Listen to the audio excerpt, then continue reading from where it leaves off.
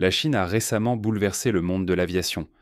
Toute cette tension est chez le résultat de leur avion hypersonique qui surpasse tout ce que nous avons jamais vu dans le domaine de l'aviation. Cet avion permettra aux gens d'atteindre n'importe quelle destination sur Terre en moins de 2 heures.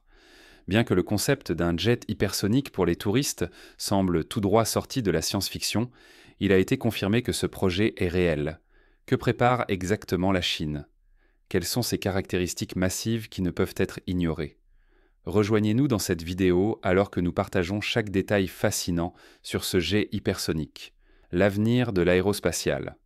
Le jet hypersonique de la Chine change la donne, depuis l'annonce par la Chine de leur jet hypersonique, le Nanchang numéro 1 et ses caractéristiques incroyables, d'autres nations s'efforcent de trouver des moyens de rivaliser avec cette nouvelle technologie.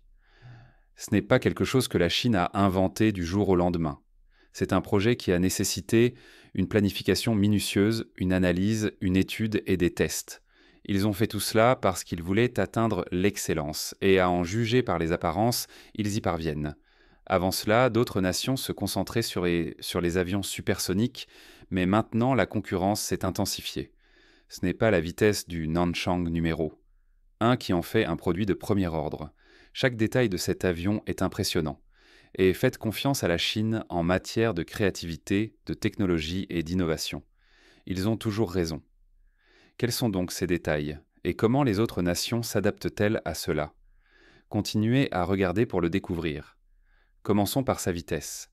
La conception du Nanchang numéro 1 est sa vitesse extraordinaire. L'avion volera à Mach 6, ce qui signifie qu'il voyagera 6 fois plus vite que la vitesse du son. C'est énorme. Pour mettre cela en perspective, Mach 1 est la vitesse du son, qui est d'environ 767 miles par heure, soit 1234 km par heure. Mach 6 est une vitesse stupéfiante de 4600 miles par heure, soit 7400 km par heure. À de telles vitesses, un voyage qui prend normalement de nombreuses heures pourrait être effectué en une fraction du temps. Par exemple, un vol de New York à Londres, qui prend actuellement environ 7 heures, sera complété en moins d'1 heure. La clé pour atteindre cette vitesse incroyable réside dans le système moteur de pointe de l'avion, connu sous le nom de moteur M-Mutter. Mutter signifie Multi-Ducted Twin Turbine Ejector Ramjet, et il combine plusieurs types de systèmes de propulsion différents pour permettre au Nanchang-no 1 de fonctionner à la fois à des vitesses plus basses et extrêmement élevées. La conception du moteur est destinée à assurer des transitions fluides entre ces différents modes de propulsion, aidant le jet à maintenir sa stabilité et son efficacité tout au long du vol. La propulsion à très haute vitesse sans pièces mobiles, on les appelle des ramjets. Ils existent depuis longtemps, mais il a fallu créer un ramjet pratique qui soit léger, durable et puissant. Le développement de cette technologie a pris des années, avec des modélisations informatiques approfondies et des prototypes à petite échelle fournissant des données cruciales. Il est également conçu pour utiliser des moteurs turbofans pour le décollage et le vol à basse vitesse, des moteurs fusées pour propulser le jet à des vitesses supersoniques et des moteurs ramjet pour maintenir des vitesses hypersoniques.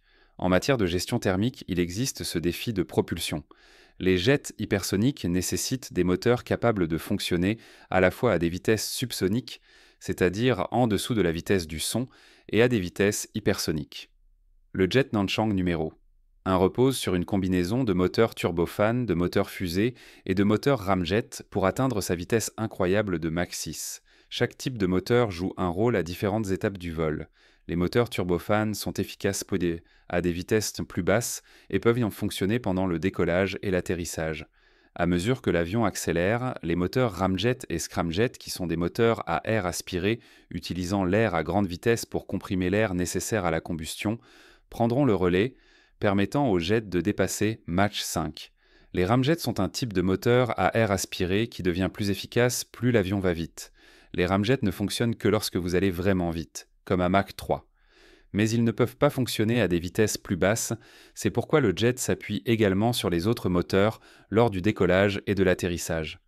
Le moteur fusée aide à combler le fossé entre les vitesses supersoniques et hypersoniques, permettant au Nanchang No 1 d'accélérer en douceur à travers les différentes étapes du vol. Ce système de propulsion multi-étapes est l'un des plus avancés jamais développés et a été salué comme une avancée significative dans la technologie aéronautique. Lorsque l'avion a été testé pour la première fois, les résultats étaient très prometteurs.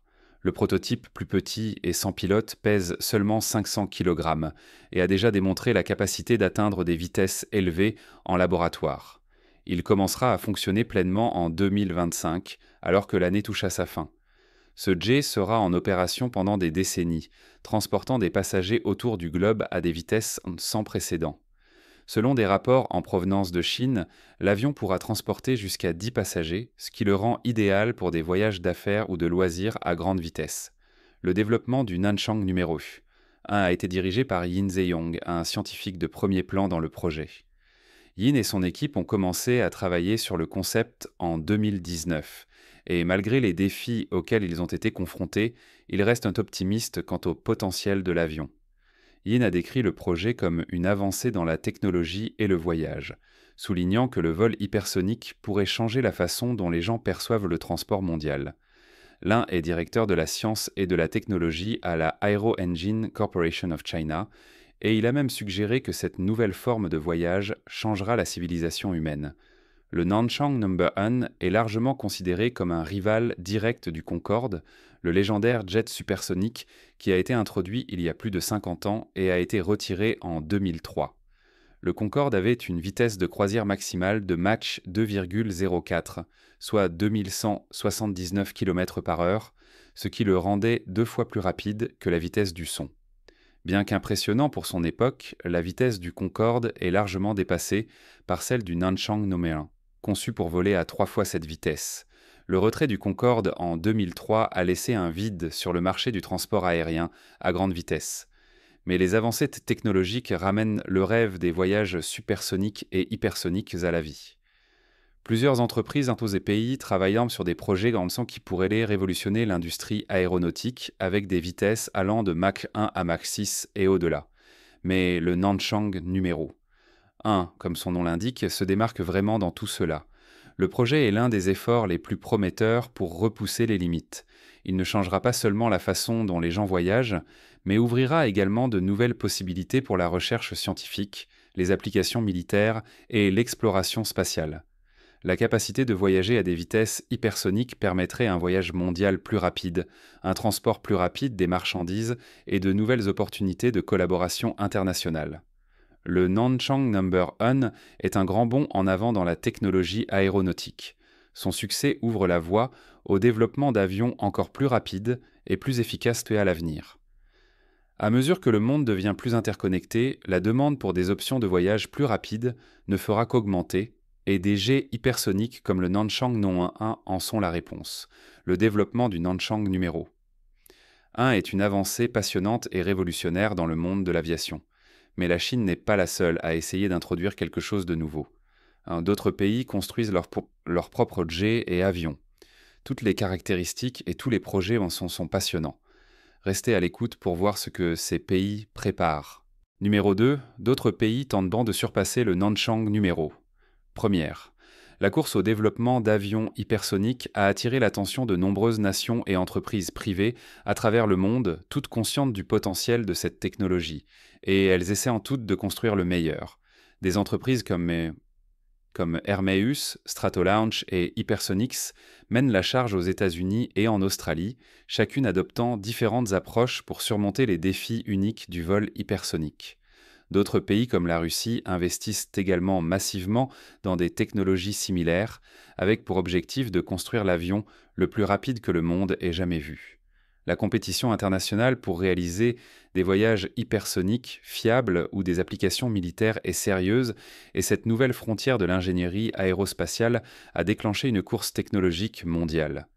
Les avions hypersoniques qui volent à des vitesses dépassant Mach 5, c'est-à-dire 5 fois la vitesse du son, présentent des possibilités incroyables tant pour les applications commerciales que militaires. Dans le secteur commercial, cette technologie pourrait révolutionner le transport aérien, rendant possible de voler d'un bout à l'autre du globe en seulement quelques heures. Les implications en termes de gains de temps pour les affaires, le tourisme et les voyages internationaux sont ce qui rend cela encore plus intrigant. Les vols long courriers, qui prennent actuellement jusqu'à 12 heures ou plus, pourraient être réduits à quelques minutes.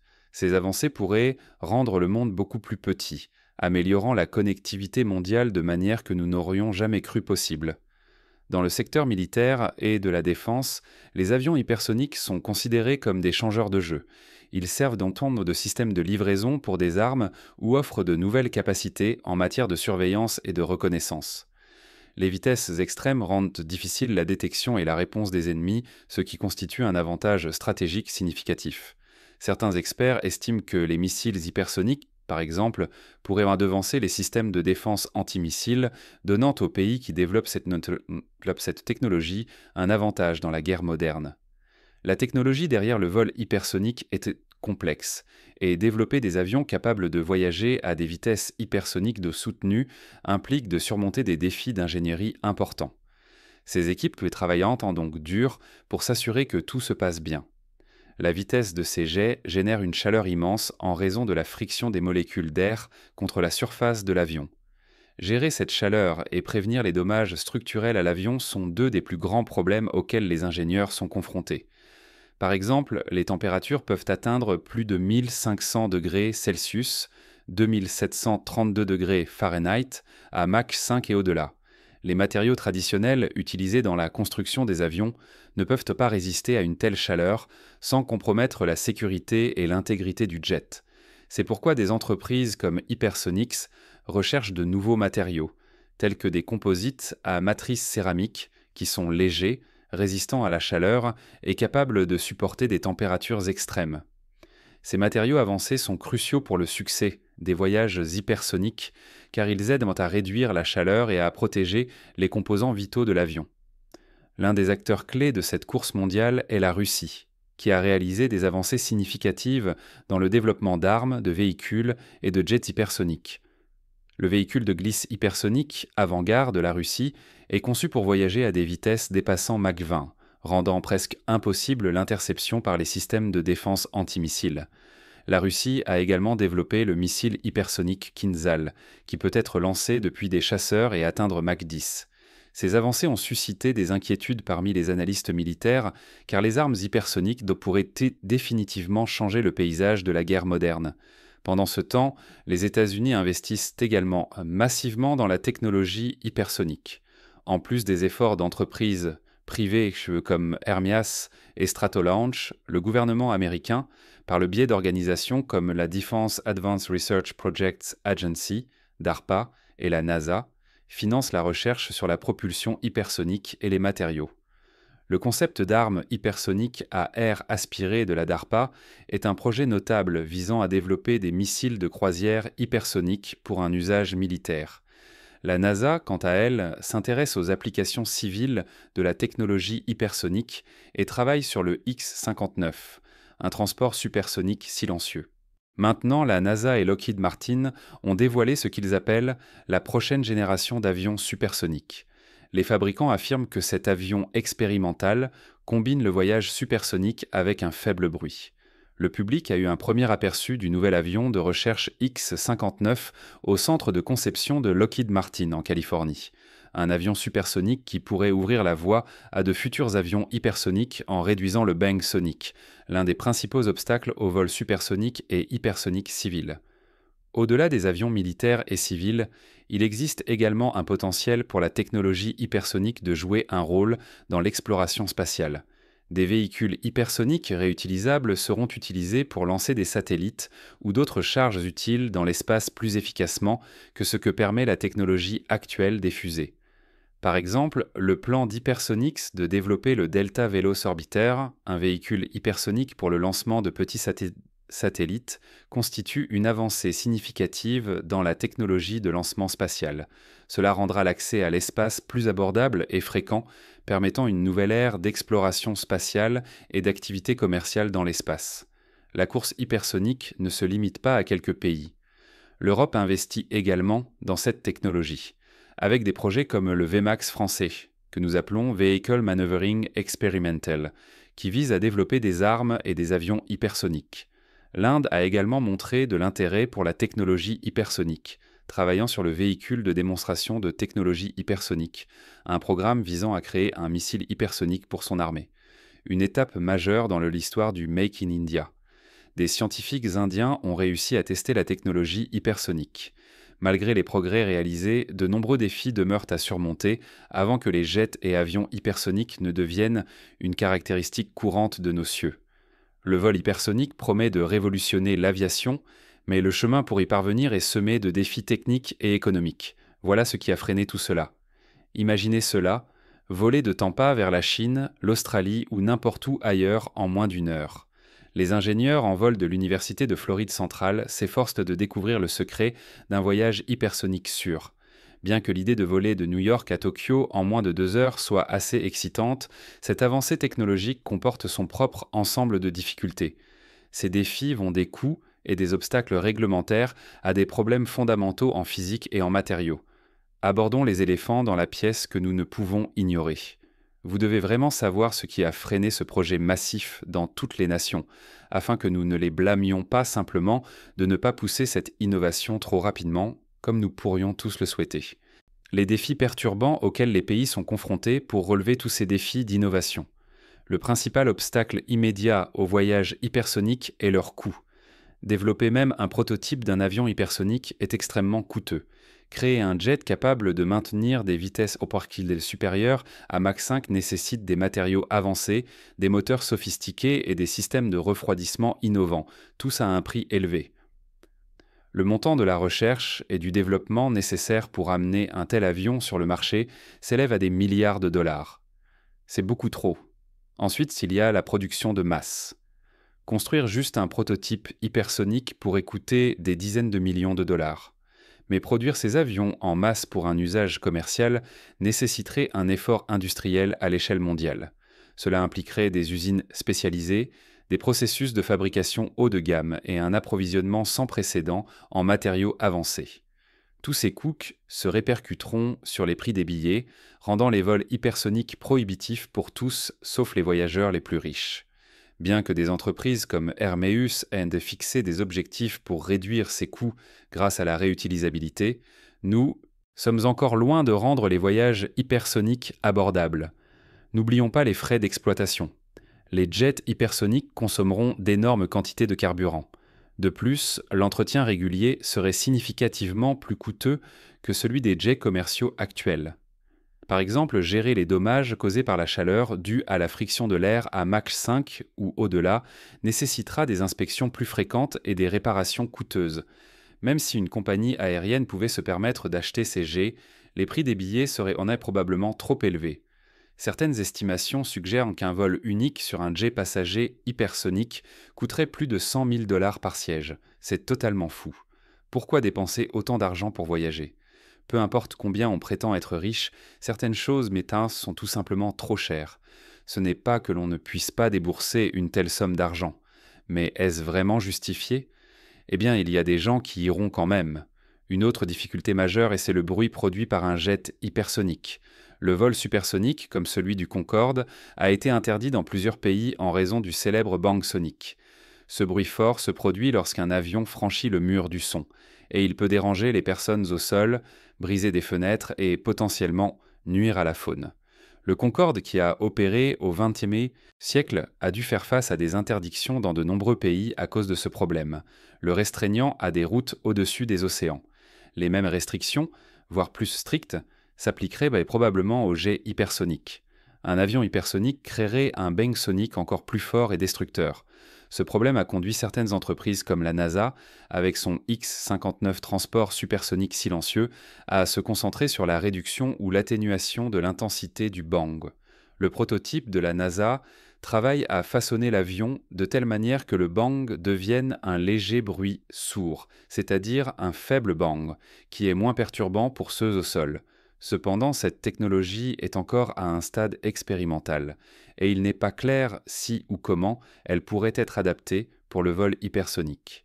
Si ce problème n'est pas résolu, les pays ayant des réglementations strictes sur la pollution sonore ne permettront probablement pas aux avions hypersoniques d'opérer dans leur espace aérien, limitant ainsi les routes potentielles et la viabilité commerciale.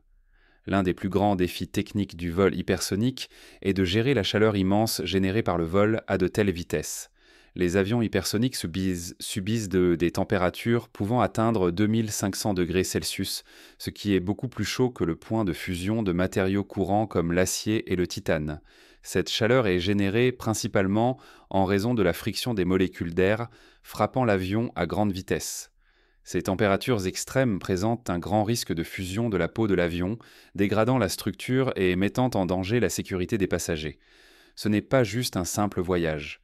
Vous ne devriez pas risquer votre vie pour cela. Eh bien, pour gérer cela, les ingénieurs développent des matériaux avancés et des revêtements pour le système de protection thermique. Traditionnellement, l'épaisseur d'un système de protection thermique n'est pas uniforme, mais diminue dans la direction du flux d'air. Des matériaux comme les composites à matrice céramique sont utilisés parce qu'ils sont légers et peuvent résister à des températures élevées. Mais gérer la charge thermique à des vitesses hypersoniques reste un énorme défi. Les surfaces des jets hypersoniques doivent être refroidies, ce qui est généralement réalisé par le biais de la radiation thermique passive. Pourtant, cela ne fonctionne que pendant des durées limitées, et refroidir un tel véhicule pour des vols de longue durée reste l'un des défis les plus épineux. Pire encore, prédire comment et où la chaleur s'accumulera sur l'avion a été très difficile. La transition du flux d'air laminaire au flux d'air turbulent, un changement aérodynamique critique à grande vitesse, crée des variations imprévisibles dans les charges thermiques. Cette incertitude augmente la difficulté de concevoir un système de protection thermique efficace. Un autre aspect est que la chaleur générée à l'extérieur n'est pas la seule préoccupation. La chaleur produite par les systèmes électroniques internes comme les commandes de vol et l'avionique aggrave le problème. Si ces systèmes surchauffent, ils échoueront en vol, ce qui aurait des conséquences catastrophiques. Une autre limitation pratique des jets hypersoniques est la capacité d'accueil. Les conceptions actuelles, comme l'avion développé par l'université de Xiamen, proposent d'accueillir aussi peu que 10 passagers.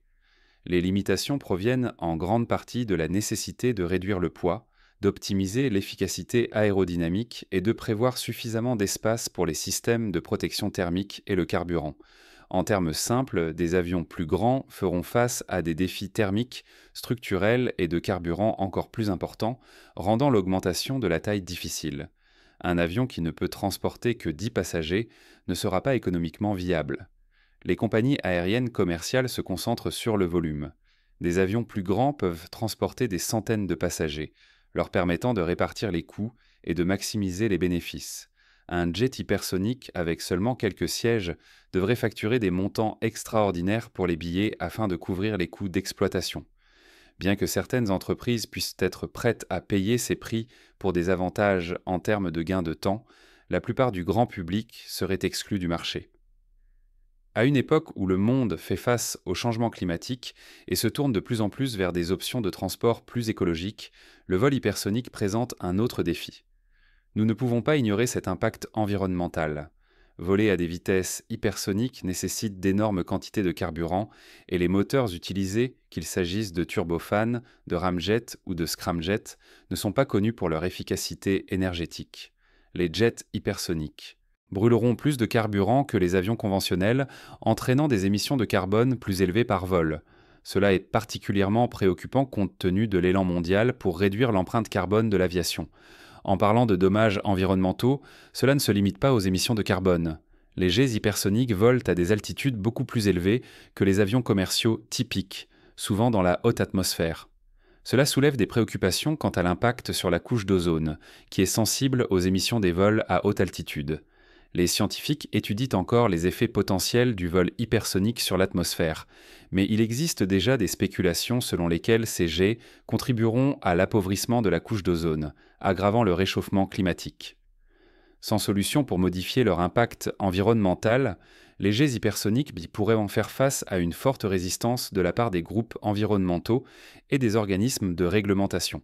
L'industrie aéronautique est sous pression pour devenir plus durable, et introduire des jets hypersoniques qui nuisent à l'environnement est un pas en arrière. Introduire des jets hypersoniques sur le marché commercial nécessiterait de naviguer dans un labyrinthe commun d'approbation réglementaire. Les autorités de l'aviation, telles que la Federal Aviation Administration et l'Agence européenne de la sécurité aérienne, devraient élaborer des ensembles de règles et de directives entièrement nouveaux pour certifier et faire fonctionner des avions hypersoniques. Les préoccupations en matière de sécurité sont la principale priorité dans ces réglementations, car le voyage hypersonique introduit des risques qui ne sont pas rencontrés dans les vols subsoniques ou supersoniques. Par exemple, les procédures d'urgence pour les avions conventionnels reposent sur la capacité de planer ou de ralentir rapidement si quelque chose ne va pas. À des vitesses hypersoniques, tout change complètement. Tout dysfonctionnement devra être résolu en quelques secondes et les options pour un atterrissage en toute sécurité sont beaucoup plus limitées. Développer des protocoles sûrs pour le voyage hypersonique, du décollage à l'atterrissage, nécessitera des recherches et des tests approfondis. Et cela pourrait prendre des années avant que les régulateurs ne se sentent suffisamment confiants pour certifier ces jets pour un usage commercial. Bien que le chemin à parcourir soit difficile, les progrès réalisés jusqu'à présent nous donnent l'espoir que le voyage hypersonique pourrait un jour être aussi courant que de prendre un vol traditionnel aujourd'hui. Quels sont vos avis sur cette innovation? Partagez-le dans la section des commentaires ci-dessous. Si vous avez aimé regarder cette vidéo, assurez-vous de liker, de partager et de vous abonner à notre chaîne pour plus de contenu. Cliquez également sur la prochaine vidéo affichée à l'écran. Vous allez l'apprécier.